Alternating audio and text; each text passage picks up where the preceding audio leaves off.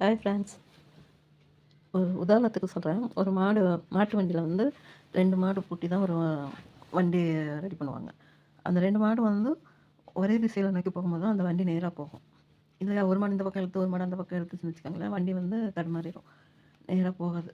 இது ஏன் வண்டி மாடு சொல்கிறேன் அப்படின்னா, அது போல தான் நம்ம குடும்பத்தில் கணவன் மனைவி 2 பேருமே 2 பேருமே வந்து இந்த வண்டியில் பூட்டின மாடு போல தான். 2 மாடு ஒரே சேமா போகும்போது தான் அந்த குடும்பங்கிற வண்டி நேராக போகும்.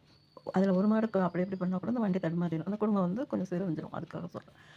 அது கணவன் மனைவிங்கிறவங்க 2 பேருமே வந்து ஏற்றத்தாழ்வு எல்லாமே இருக்க தான் செய்யும்.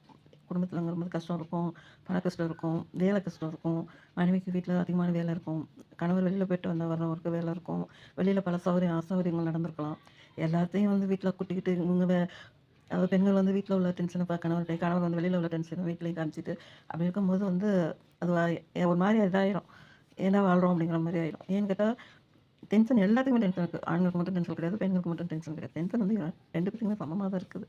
அது ஒருத்தர் மேலே ஒருத்தர் கொட்டிக்கும் போது அது மேற்கொண்டு வந்து டென்ஷனும் விரக்தி தான் ஏற்படுமே தவிர அது எந்த பிரச்சனையும் தீராது. நம்ம ஒருத்தர் டென்ஷன் ஆகும்போது எந்த பிரச்சனையுமே தீர்றதுக்கு வழி கிடையாது. ஒரு பிரச்சனையை வந்து அது எந்த முறையில் கையாளணுமோ அந்த முறையில் கையாளணும். இப்போ ஒரு பேசினா தீரக்கூடிய பிரச்சனைகள் இருக்குது, பணம் இருந்தால் தீரக்கூடிய பிரச்சனைகள் இருக்குது. ஒரு குடும்பத்தில் வந்து நமக்கு வருமானத்துக்கு மீறிய செலவும் செய்யக்கூடாது. நம்ம என்ன வருமானமோ அதுக்கு தகுந்த மாதிரி தான் ஆணும் சரி பெண்ணும் சரி செலவை வந்து நிதானமாக தான் செய்யணும்.